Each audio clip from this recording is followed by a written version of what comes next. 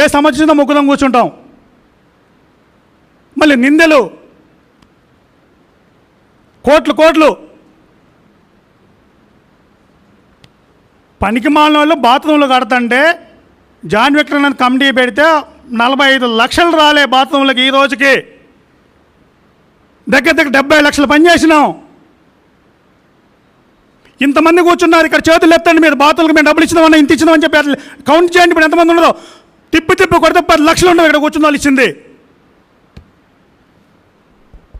చెత్త మాటలన్నీ డబ్బులు ఇచ్చినామని.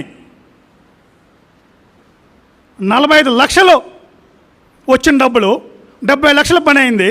దానికి ఒకటి 3 కోట్లని పెడతాడు. ఎవరిక్కడ నిజాయితీగా పనిచేస్తే పాపం జాన్ విక్టర్ గారికి ఏం మచ్చలేదు. మేము వద్దని చెప్పి దాని కమిటీ ఏసుపాదం గారిని, జాన్ సుందరరావు గారిని, జాన్ విక్టర్ ఒక కమిటీ వేసిన 7గురిని. ఇప్పుడు అర్థమవుతుంది వాళ్ళకి ఏందనేది ఆ బాధ. ఇచ్చింది 45 లక్షలు, 3 కోట్లు ఇచ్చారని చెప్తారు, 30 కోట్లు ఇచ్చిందని చెప్తారు. డబ్బులు ఇందాక ఏదో ఆరాధన చేస్తాను, ప్రార్థన చేస్తాను, ప్రభా స్తమాదులతో అడగ డబ్బులు ఇచ్చి కొంటారా కొనరా.